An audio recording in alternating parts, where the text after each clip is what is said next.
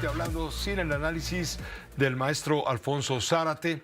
Él es conferencista, sociólogo, columnista del periódico El Universal. Él escribe Los usos del poder, imperdible los jueves. Por supuesto, también los jueves colabora en este espacio. Bienvenido, Alfonso.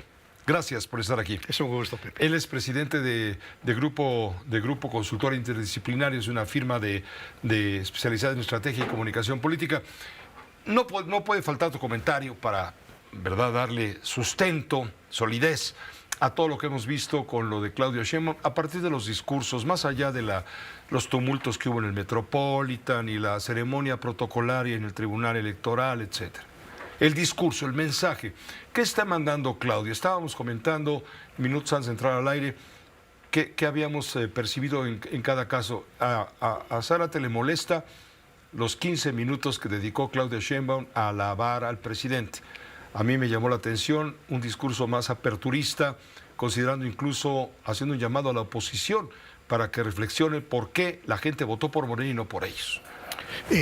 Pepe, a mí me gustaría decir que lo que observamos el día de hoy en realidad tiene una dimensión histórica, porque lo que nos está diciendo es que este es el tiempo de las mujeres.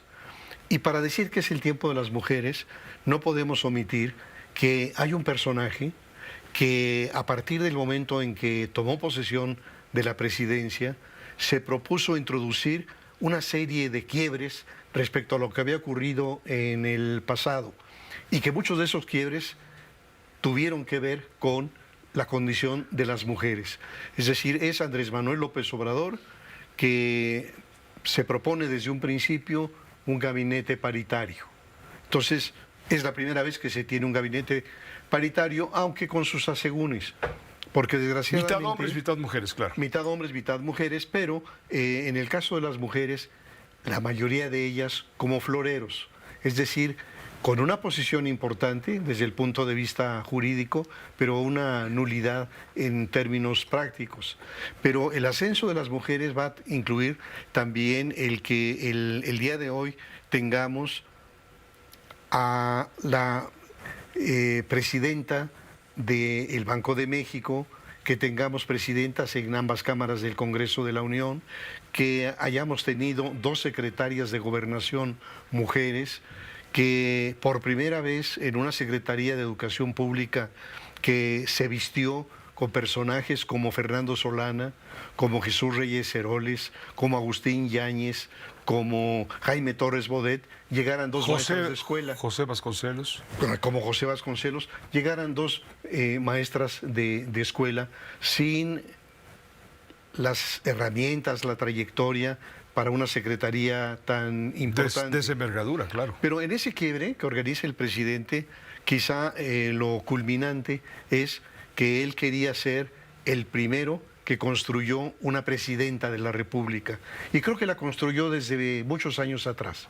Es decir, aquí en estas mesas, en los últimos quizá 3 años, hemos ido explorando cómo fue perfilando y construyendo a Claudia Sheinbaum como su sucesora. Lo hizo a través de distintos mensajes, de distintas maneras, y lo hizo porque se convenció de que ella era la única que le garantizaba la continuidad del proyecto, su trascendencia histórica, el cuidado al patrimonio y a la vida de él y de sus familiares. Y entonces, a través de todo esto, dijo, es Claudia. Pero hay una coincidencia ideológica, eso es inevitable. Absolutamente. Pero sí. hay una visión distinta, porque el presidente tiene una visión mesiánica y Claudia es más pragmática. Sí, yo creo que va a haber inevitablemente algunas diferencias y que están marcadas también en el discurso, pero son realmente mínimas. En mi opinión, la lectura del discurso o de los discursos, lo mismo el que pronuncia en el pleno del Tribunal Electoral como el que lo hace en el Metropolitan. En la fiesta de la victoria. La fiesta de la victoria, lo que nos da es una marca de continuidad, digamos, total, que además no tendría por qué ser diferente. Porque la propia Claudia Sheinbaum ha dicho, yo también soy fundadora de Morena, coincido con ese punto de vista, no tendría por qué diferenciarme Distanciarse, claro, del presidente de la República. Pero independientemente de esos contenidos, a mí me parece interesante recordar que hace justamente 6 años le correspondió a Andrés Manuel López Obrador llegar al recibir la constancia como presidente electo de la República y que en aquel momento pronunció un discurso que tenía una dimensión republicana y democrática total. Habló del Poder Judicial, me acuerdo muy Recordarás bien. que les dijo ahí a los magistrados y dijo a los ministros y a todo el Poder Judicial, les digo que este gobierno no va a tener palomas mensajeras, que este gobierno no va a pretender darle instrucciones al Poder Judicial, sino al contrario, que va a ser un gobierno que no se va a imponer sobre los otros poderes, etcétera. Entonces, ¿qué quiero decir con este contraste entre un discurso y el otro? Que al final de cuentas, lo que dijo el presidente hace 6 años no implicó ningún compromiso verdadero, que empezó su gobierno apretándole al ministro Medina Mora, Eduardo Medina Mora, para obligarlo a renunciar, lo cual, digamos, era inconstitucional porque solamente se puede renunciar por causas graves que nunca explicó, y para reemplazarlo por la ministra Loretta Ortiz. Después pretendió prolongar el mandato de Arturo Saldívar, después pretendió que Yasmín Esquivel fuera presidenta de la Corte, etcétera. Entonces, lo que quiero subrayar es la enorme distancia y la enorme contradicción entre aquel discurso de hace 6 años y lo que ocurrió. Y eso solamente para alertarnos y decirnos, ojalá que las palabras de Claudia sean honradas con su ejercicio de gobierno, que gobierne efectivamente para todos, porque lo que conocimos en el caso de López Obrador no correspondió al contenido de aquel discurso en el cual recibió su constancia como presidente electo. En pocas palabras, que Claudia siga la continuidad de López Obrador en lo que de efectivo tuvo y no que imite o copie o traiga a cuento aquellas contradicciones en las que termina su sexenio el presidente. Sí, Pepe, imagínate. Esta polarización brutal Así en la es. que está metido el país. El discurso del odio. El discurso del odio y descalificación para aquellos que se atreven a criticarlo, etcétera, ¿no? Sí, y quizá de los puntos más importantes es la estrategia en materia de seguridad.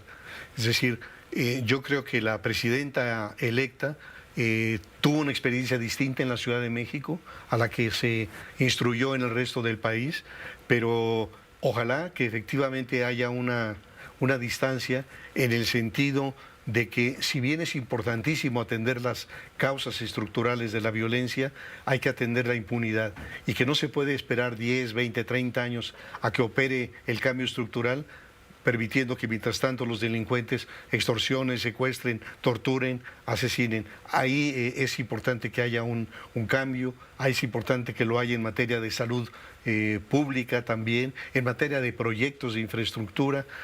Total que hay algunos capítulos del gobierno que hacen necesaria una distancia respecto al próximo gobierno. Sí vemos señales alentadoras.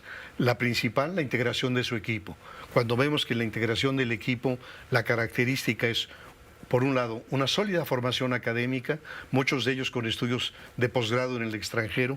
Un segundo elemento, el que son expertos en su materia, cada uno en su ramo. Un tercer elemento, que no son dogmáticos o que no pertenecen a la línea dura.